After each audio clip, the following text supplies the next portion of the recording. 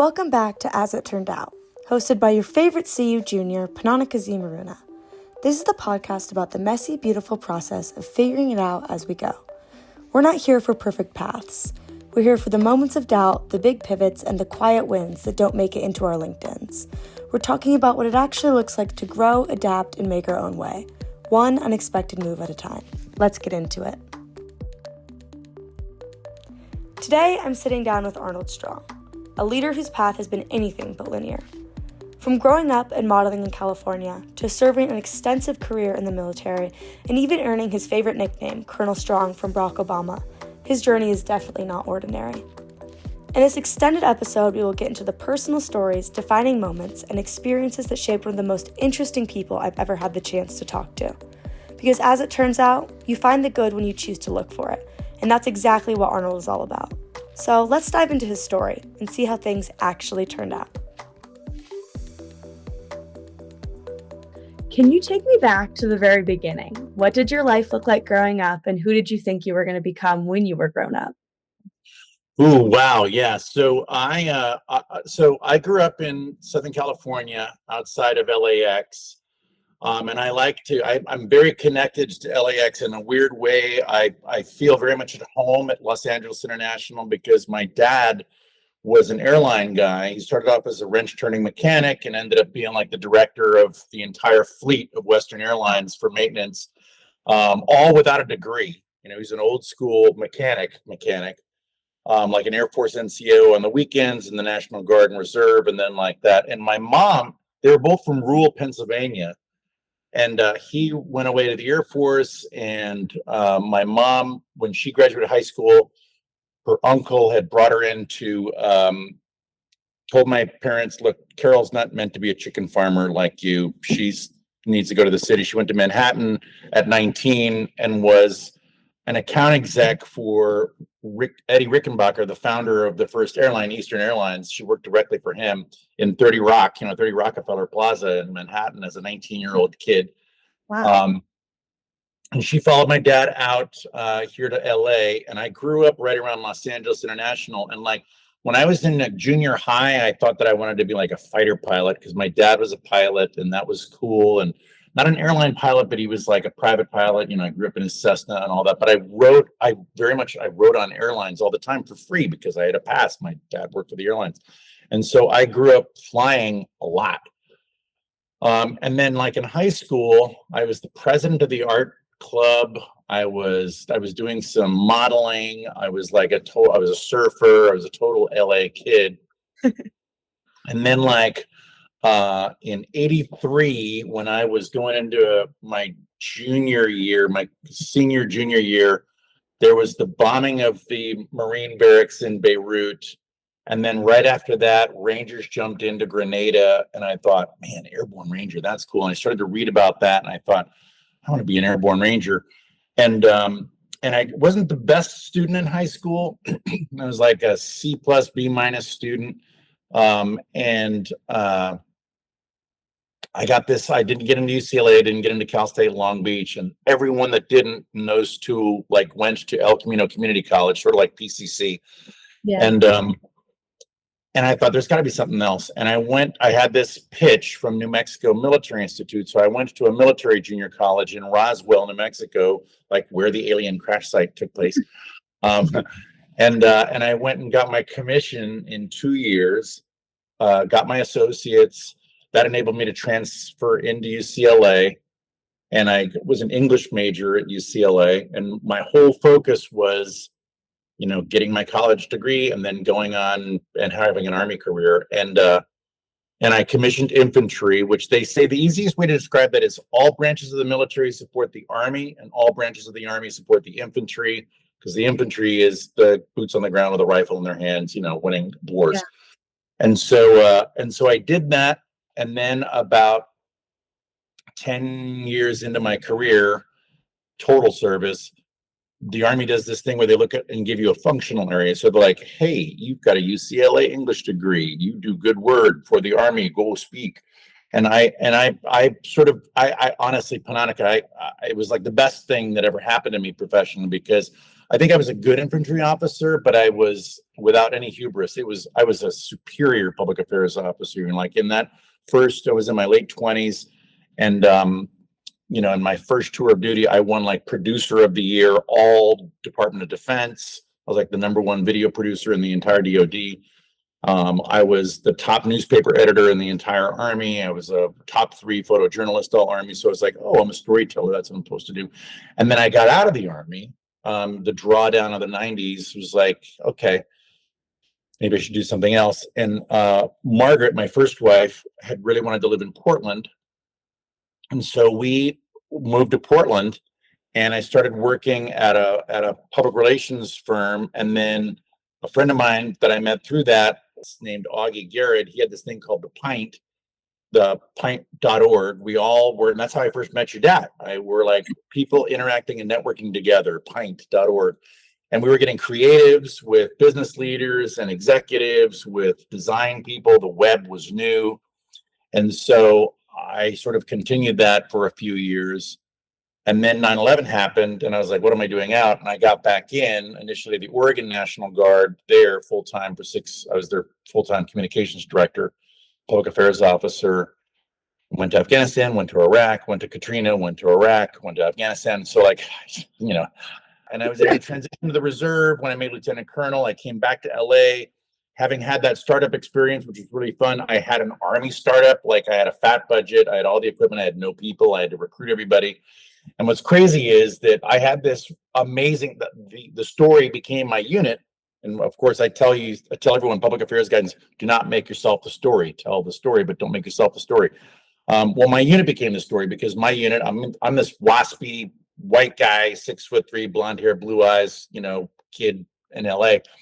But my unit ended up being 60% women, 12% gay or lesbian. I was one of 3 white guys in the entire unit. It was like this crazy, LA unit, this super diverse unit where it's like, how did you do this? I was like, because I don't care. I just want people that are committed, that want to tell a good story, that are able to do their jobs. And that so I had a very prominent African American and Hispanic and women based unit. And so it was awesome. That enabled me to make colonel. I went out to Hawaii for a little bit, and then I came back here to LA and finished up my service. I'd always wanted to return to Los Angeles anyway. So, and that I'm looking at my retirement, certificate right here. I retired on the 31st of May, 2017. And then that sort of started a whole nother chapter that I'm sure we're going to get into. So. Wow. Yeah. You've done everything everywhere. I've really done a lot. I mean, in my service career, I was really spoiled, Pananica. I studied Spanish growing up, and then in UCLA, I studied Japanese for a year. And so logically, the Army sent me to Germany. And so so I went to Germany, and that was so cool because I was in Berlin 2 years after the wall fell. Wow. And while we were there, the Soviet Union collapsed. And so everything changed. Everything that we've been fed changed. But what was very cool is that being there at that time was like, that was the dawn of techno. And so like, we would go to clubs that were like former Nazi banks underground with a rusted open vault door and some like hot German chick in a leather bustier handing you a big ass beer for 5 Deutschmarks, and you walk in and it was like a scene. It was like the opening scene in The Matrix when like he first meets Trinity. It was like, that's where I had my 20s. It was like, all right, this music is great. Yeah, and that's where Lucas, my first son, was born. He was born in Berlin, and so I picked up some German there. And but I say that because like that kicked off my career. In my career, like I've mostly because of my service, not necessarily directly tied to, because I was living in Europe, so we traveled to places, but like because of my service, I've been to like 43 countries and counting. That's awesome. I want to travel to 43 countries. Yeah, exactly. Yeah. Was there a specific moment or experience during your service that changed how you saw leadership? Oh boy, that's an awesome question. That's a really good one. I've had several. I had one when I was young. I was a lieutenant in Berlin, one of my soldiers had a couple beers underage, legal to drink in Germany, but not legal to drink as an American, was in a car accident. He wasn't driving, but he was in a car accident. The car rolled and crushed his arm. They had to amputate his right arm. He was right-handed too.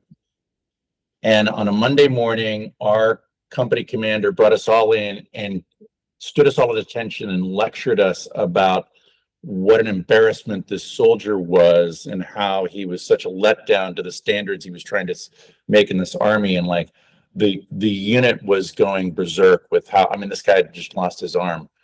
And I had private words with my company commander just to say, hey, sir, just like, so we're clear, that was not the way to handle this. Like, the unit is ready for a total insurrection. And he wrote what he thought was going to be a career-ending comment on my evaluation after that. And I kept it framed in my office for the rest of my career because I thought it was just awesome. It said, I had that part highlighted. It said, Lieutenant Strong is unafraid to voice the dissenting opinion to command. And I thought, fucking A. Amen. That's me. I am unafraid to voice the dissenting opinion to command. You are absolutely right, sir. Yay, that's me. And so I realized, oh, there's some people that just think saying yes, sir, is leadership and followership. And that's not. Like, when I was a company commander, I had a battalion commander who, you have to do your physical fitness test twice a year. And I had the biggest company, the headquarters company, so I had 250 people in my unit. And, I had all the specialty platoons, the snipers, the scouts, the anti-tank, the signals, the computer guys, the logistics, the cooks, all the specialty people. So I had all the non-line infantry people. And my battalion commander would grab his driver and his sergeant major, and they would separately go do the fitness test and suddenly come back with a perfect 300. And it was like, so I cornered him in his office and he said, are you doubting my integrity? I said, no, sir. When I walk out of this office, I'm going to say to my troops, whatever you tell me is the truth.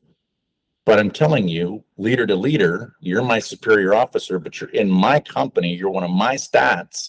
And I have to tell you that 297 people don't think it's kosher that you're doing your test privately away from everybody else and you're coming out with a perfect score. It just doesn't make sense, right?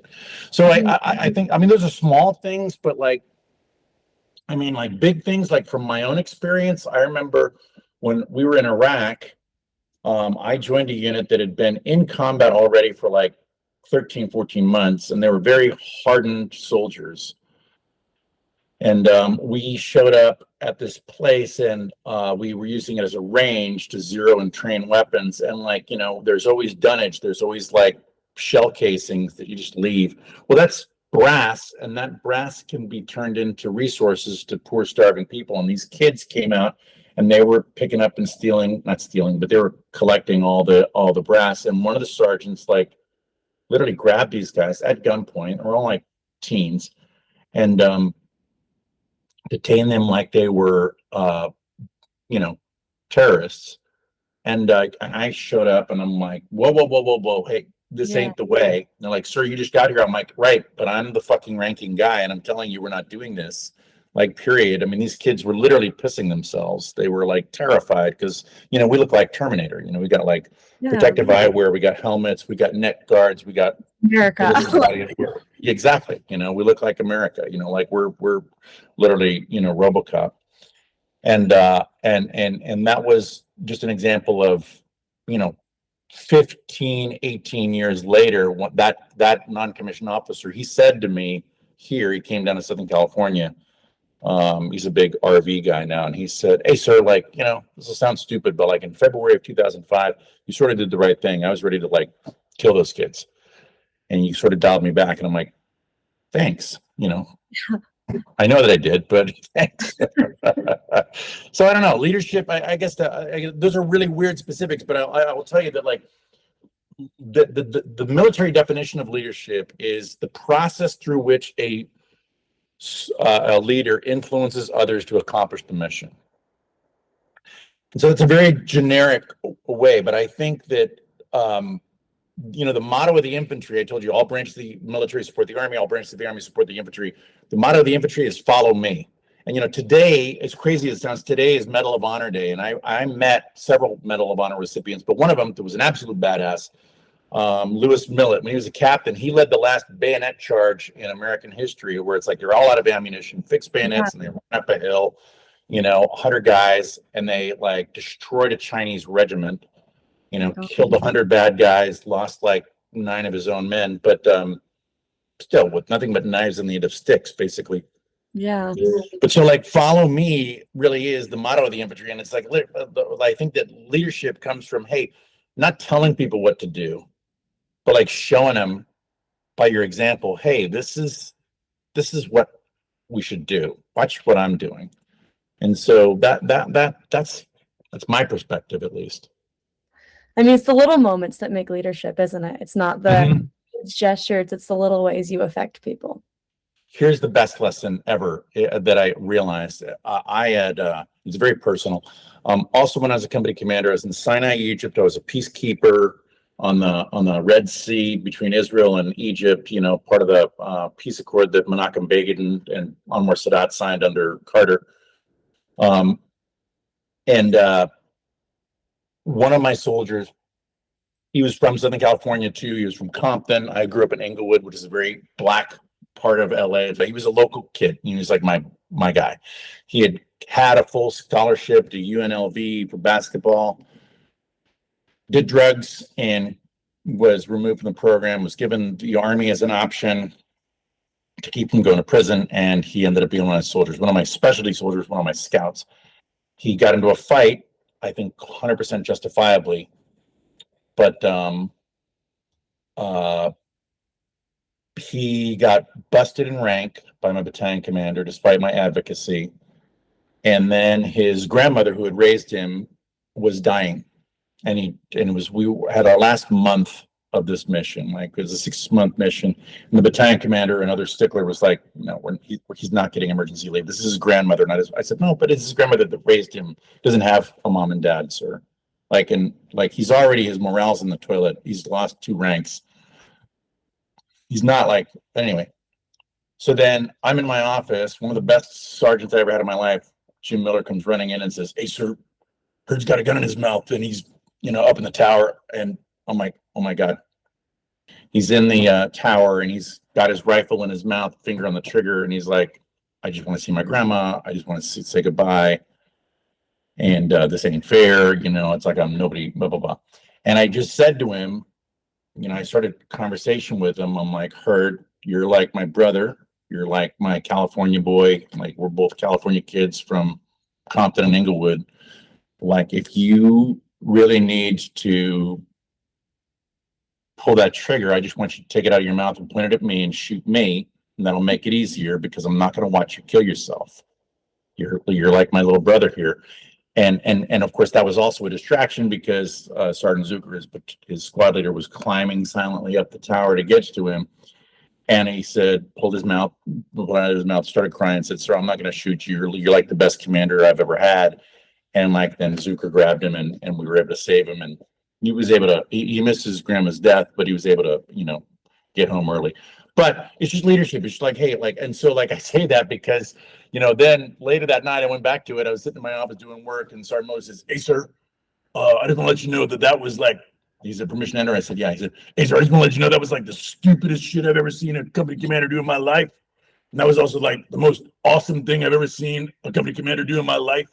And so the boys and I everyone poured into my office and we wanted to have a beer with you, sir, because that was awesome to witness. And I'm glad you didn't pull the trigger at you either, sir.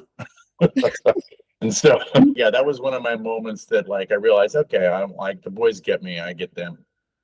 Yeah, having not only the respect for yourself, but the respect for the people you care about around you. Yeah, you pulled out something really emotional to me, so that's nice. You knew my best together. Thank you so much for telling me that story. That was so powerful. Yeah. Along with that, over the course of your career, you've been around a lot of different types of person. You mentioned how much diversity you were able to have in your And like how you've had so many diverse relationships and diverse environments. What's something that you've kind of learned about how relationships have shaped opportunities in your life? Like, can you think of any relationships that have really changed kind of where your life was, like the trajectory of your life? Um, yeah, I guess I'm my grandfather, who I'm named after, Arnold. He was a World War II veteran. He was 10 when he died, when I was 10 when he died. And but he was he had a big influence on my life. And he used to say, he puts his bridges on one leg at a time, just like everybody else. And young, that impact on a young person was, hey, we're all people, and having respect for your elders, and having respect for people of rank, and having respect for people of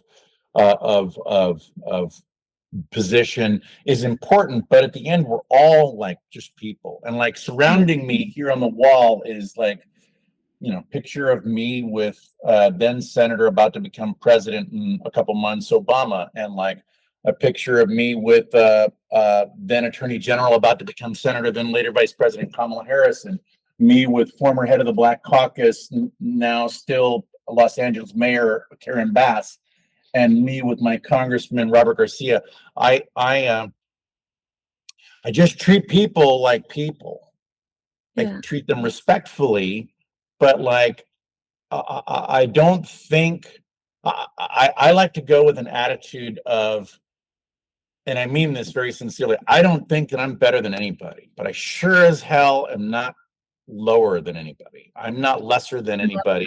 Yeah. I am not better than anybody, but I ain't lesser than anybody. So you better treat me with dignity and respect, and I will expect you to treat others with dignity and respect. And if you don't, I'm going to call you on it, because like we're all human beings here. So let's like just have a modicum of I expectation that we're all going to treat each other fairly. And so when people go off on people because of the difference of their ethnicity, or the difference of their orientation, or the difference of their gender, or the difference of their anything, religion, whatever, it's like that, it sort of sticks me wrong.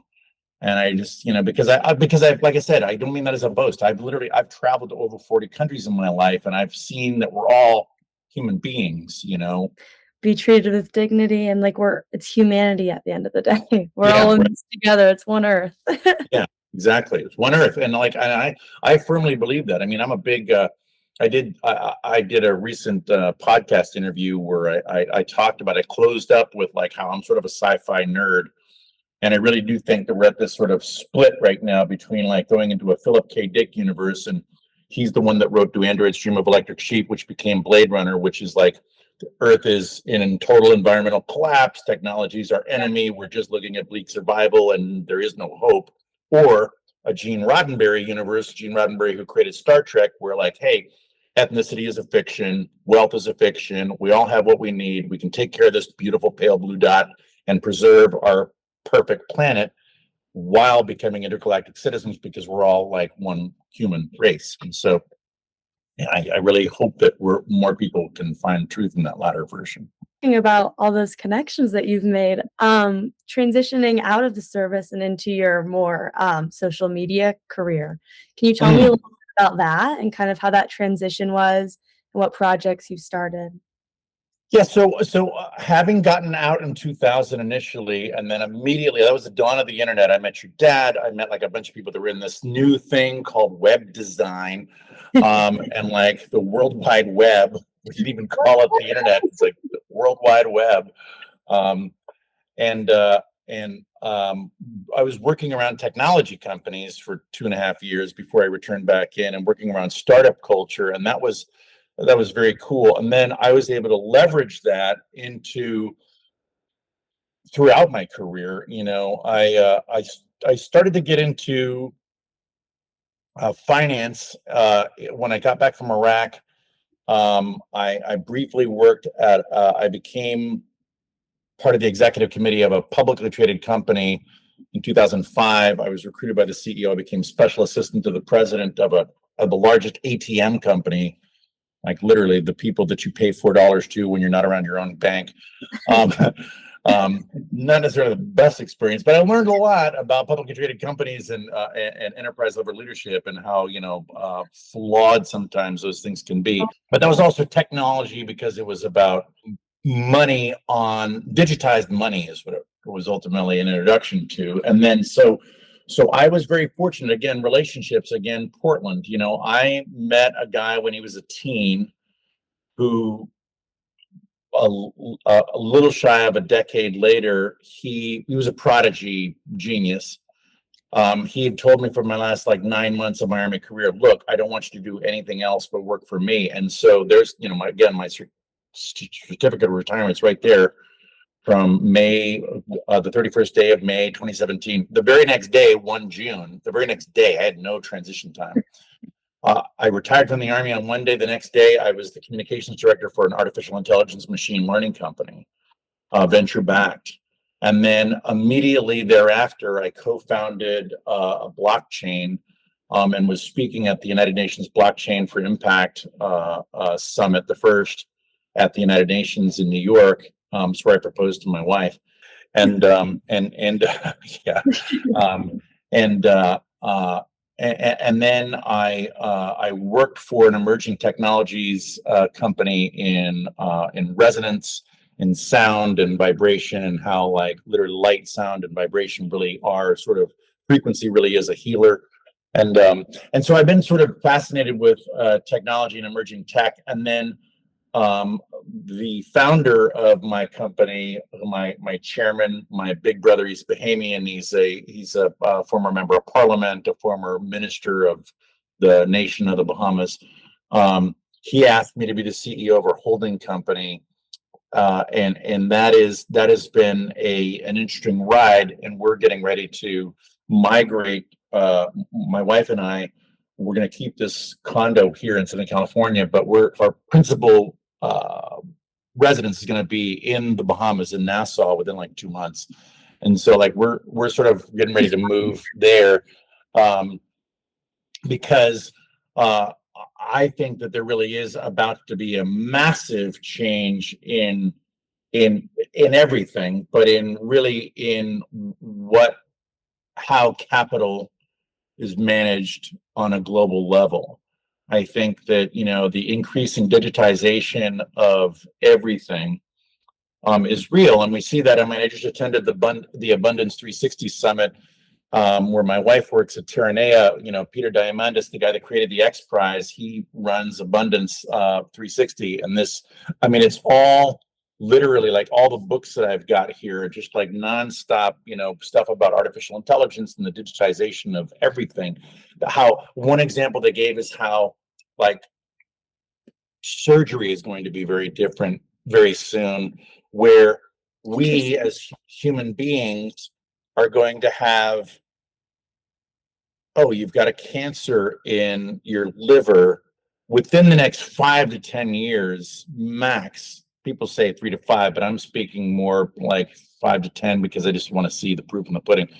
But we're going to be able to like see your genomic imprint, understand your codified DNA, and digitally print a new organ that's perfectly matched to you, so that you can have a replacement liver that has no need for detoxification therapies to get your body used to it, because it's a donor from another genome. It's literally grown from your own material and manufactured to match you perfectly. So that's one example. Never mind what we're realizing about nutrition, and what we're realizing about the nature of disease, and what we're realizing about the nature of treatment for disease, is that like there's a lot of people that, despite that apocalyptic view that the world is ending, and like being a young person in college right now, like I can only imagine you're being inundated by so much environmental collapse stuff and geopolitical noise, that there really is a thread for hope.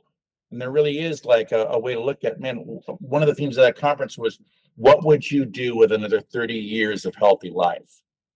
Like predicting that on average people are going to be living to 100 and 120 years, in a very short period of time. because we're going to have mastered the aging process. And so like that's just extraordinary to me. It's like it really is like, wow, I want to live a healthy, long life. I don't want to live a life where I'm living like either of my parents, who one is in assisted living and one is pretty much my stepmom takes care of my dad, but they're both like aging. Yeah. And it's challenging. I talk to my mom like 12 times a day just to make sure that, I tell her what channel, OPB is on. Mhm. So yeah. So Yeah. I'd love a healthy life. So I guess like that change is really in like people coming into my life at the right moment to say, hey, have you thought about this? Have you thought about this? Have you thought about this? And so like rapidly in the last, like, it's been very strange. In the last like month, well, I shouldn't say that. In the last year, I have had such huge opportunities just like land in my lap to say, hey, what are your thoughts? Would you come see an advanced screening of this film? I go and see the film Nuremberg. They asked what I thought of it. I said, well, my first tour was in Berlin. I worked in the former headquarters of the Luftwaffe that was run by Hermann Goering. And like I used to sit in Hermann Goering's conference room. We knocked off the swastikas, we replaced it with an American flag, and we kept the eagles. Um, and that was where I used to work for two and a half of 3 years. And then I did tours of all the concentration camps and they said, interesting. They initially said, well, would you like to do an op-ed about it? I said, yeah, sure. And then they asked, hey, would you do a conference call with us?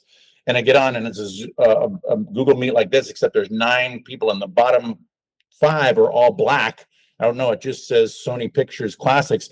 Well, it was the founder of Sony Pictures Classics, Like, okay. his vice president of public relations, public affairs, and they asked me if I would moderate the panel for this for the premiere. So then I then am at the Egyptian, or rather the Chinese theater in Hollywood, and the reason they wanted me to do that is because Russell Crowe is he's challenging sometimes. It wasn't just some of the others that were like brawling on the set of Gladiator. He's a big guy. He's a big personality, and like if you don't match his energy, you're gonna have a challenge. Well, so I got to meet Rami Malek. He was great. Loved him. Got to meet Michael Shannon. Loved him. Was really great. Got to meet Lydia, and got to meet Tom Hanks' son, Colin Hanks, and got to interact with all of them. And the last big one to meet was like, we're at the screening right before the final act. They come to my seat and grab me. We're in the green room backstage, getting ready to go up, get mic'd up, blah blah blah. And there's Russell walking in. He's big, he's fully bearded, smoking a cigarette, and I'm like, Mr. Crow, my name is Colonel Arnold Strong. I'm the moderator for this thing. Oh, right, mate. Right. I said, hey, do you want to like review your questions? Like, I think I got this. I said, really, I really love it if you just take a look at, just tell me which ones you want. I got 3 questions. I think we'll have time for 2. I think number 1 and number 3. And I said, if you don't mind.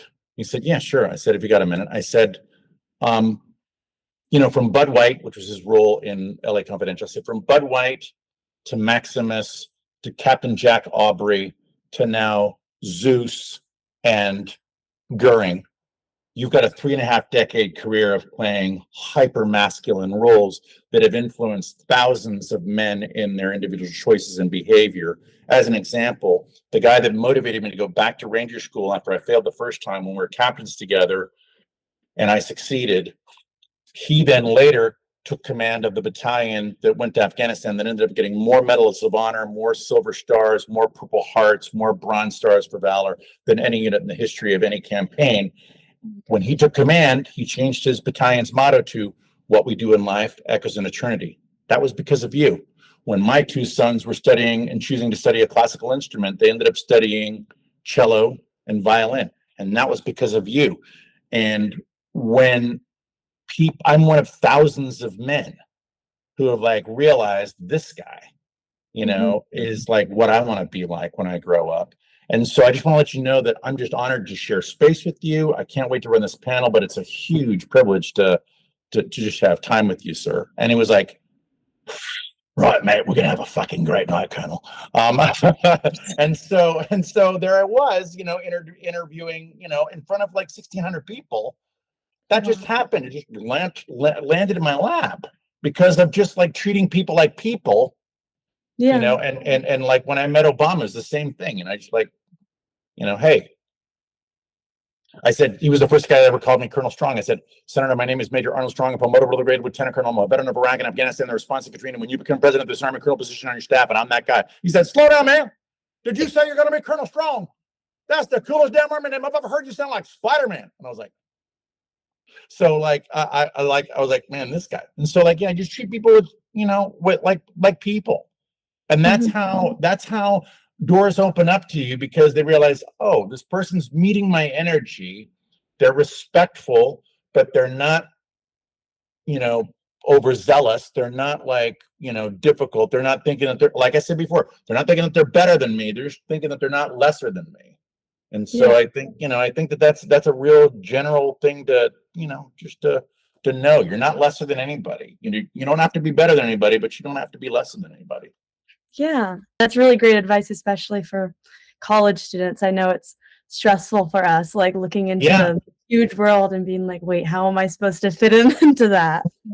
Well, and that's a perfect analogy. Like I saw an interview with with a college professor recently, and he said, like none of my students come in for office hours. None of them write a thank you note for a great lecture. None of them remember to do the extra credit. None of them follow up with an email when I've sent out, hey, great job on that, Emily. Great job on that, Franz. Wonderful work on this, Arnold. Like, so few return that energy that so many professors like, this generation is just killing it. Yeah. And it's important to just like realize, hey, Professor Jones, I really appreciated your time and recognizing that. The reason why is because when I went down into the depths of talking about this, I found this, and that's what they want. They want you to meet their energy. No, I so agree. I think so many people are willing to pay for the education, but willing to Yeah, use it is a whole 100%. different. Yeah, yeah. Yeah, I mean, kind of with that, you kind of already answered it, but is there advice you would give college students like me who are entering this very changing world? How to, like, make those relationships and make those connections? How to say yes? How to treat people with dignity? Like, what advice would you give yourself to the past or us now to do that? Great. Um, Goes back full circle. I would, just be unafraid to voice the dissenting opinion. Yeah. Be unafraid to challenge the things that you're being led to believe, whether that is that you are always going to be a certain way, or that the world is screwed and we're all in an environmental collapse and the earth is dying and World War III is upon us and there's no reason. I think the big thing is to recognize that there is never any reason to give up hope.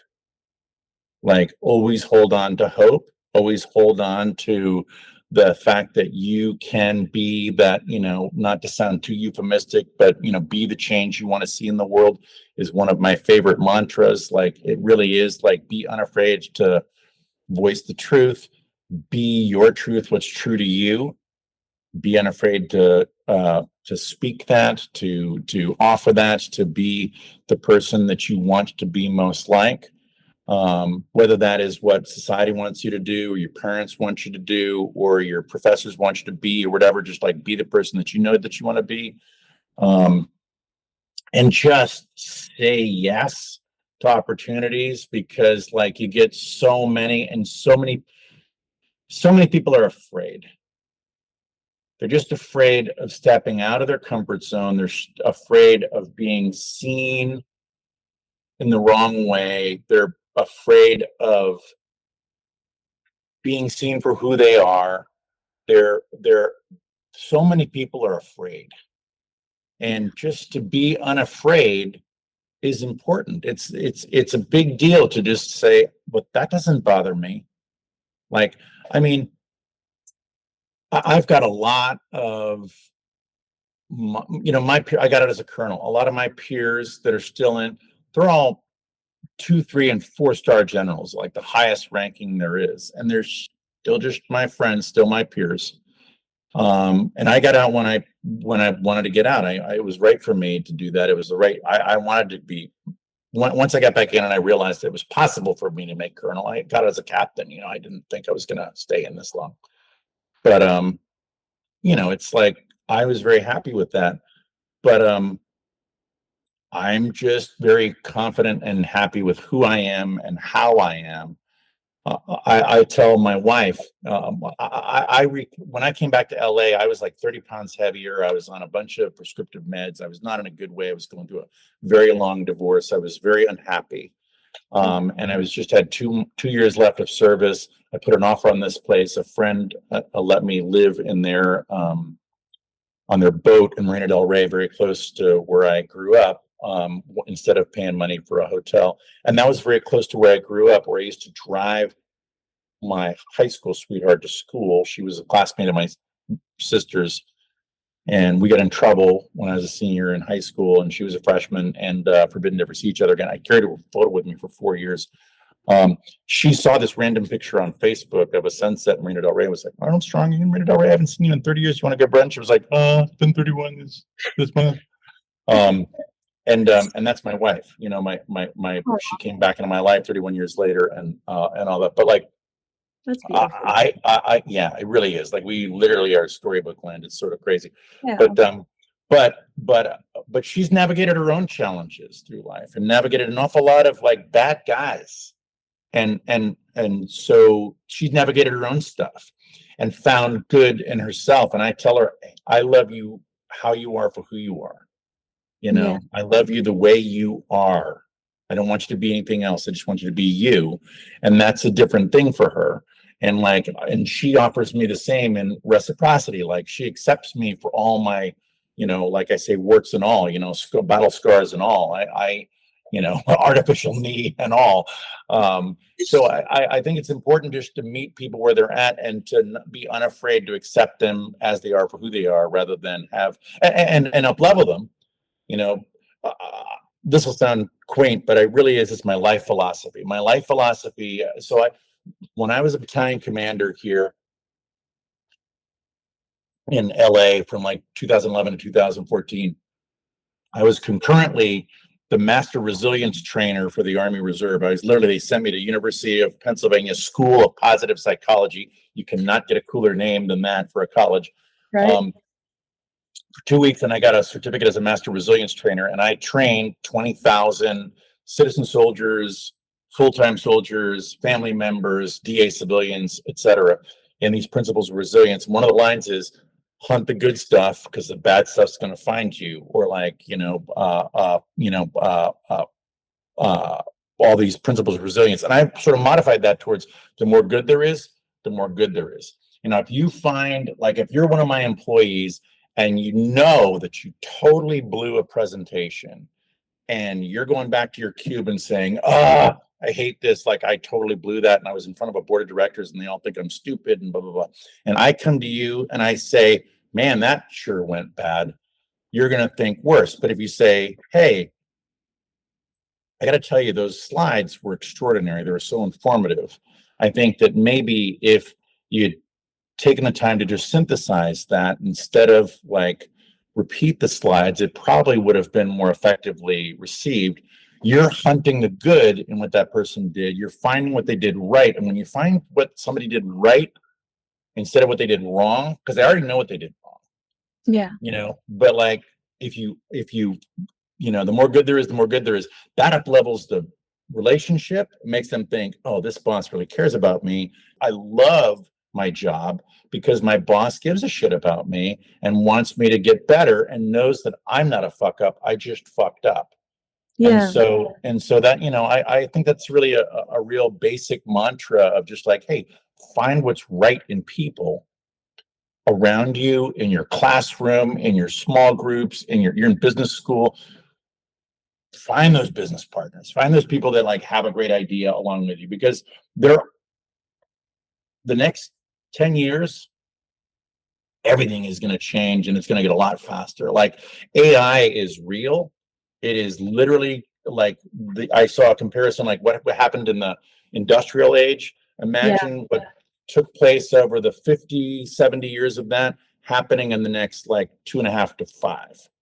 Like Wow. massive change is getting ready to happen where even white collar jobs are getting minimized because you can go into Claude and you can like have a full analysis, a legal analysis that's compliant. So you just have to have an hour of billable hours from an attorney just to say, yep, this is good, I'll approve it and I'll sign it, as opposed to a week of discovery and bill it. So anyway, I mean, enough even said. in business school, half of our classes are about, I mean, yes, we have like how to do accounting, how to do marketing, but half of it is how to prompt AI to help you, how to use AI responsibly.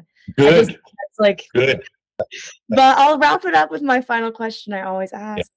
Looking back on everything you've done and everything that you've seen and experienced, what's one thing you've learned about how things actually turn out? Mm. They turn out all right.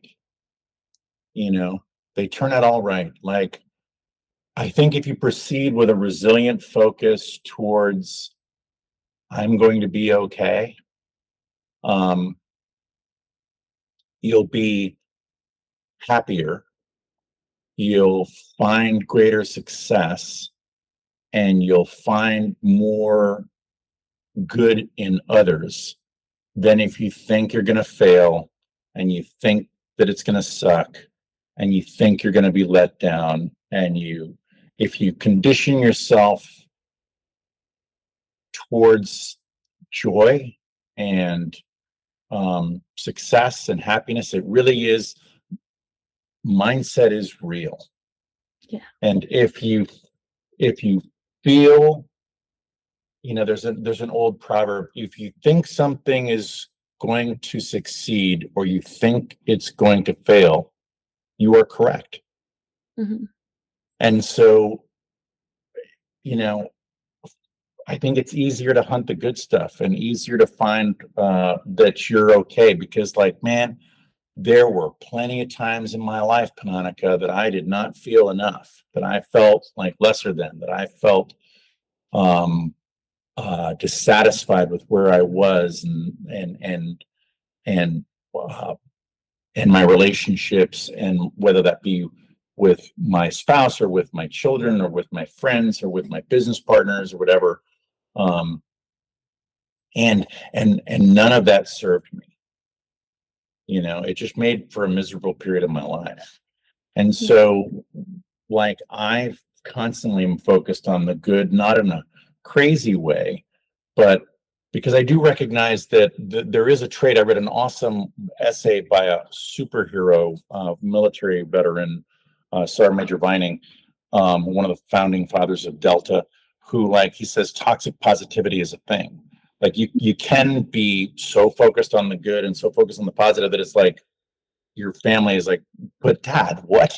You know, and so there is that. But I choose to focus on the positive and focus on the good. And when you find the good in yourself and you think, I'm going to be okay, Mhm. then you're right. And so find the people that resonate that energy with you instead of the people that drag you down, whether it's in like a prospective partner or boyfriend or girlfriend or what have you. It's like, find someone that is going to say, hey, you are a light. I am so much happier when I'm in your presence. Like, I feel, like I feel so up leveled when I'm around my wife. Like, I feel really like the best I can be. Because love makes a difference, and being confident makes a difference, and being, like I said, proud of who you are, but also uh, not thinking that you're better than anybody, just thinking that you're not lesser than anybody, is sort of a good humility. Proceed with humility, and know that you're enough. Know that you're right the way you are. Thank you so much. That's so beautiful. Yeah, yeah. Thank you so much for tuning in to As It Turned Out. If this episode inspired you or made you feel differently about your own path, share it with someone who'd love it too. And if you know anyone with a story worth telling, someone who took the long way, changed directions, or built a life they never expected, send them my way. Until next time, thanks for being here.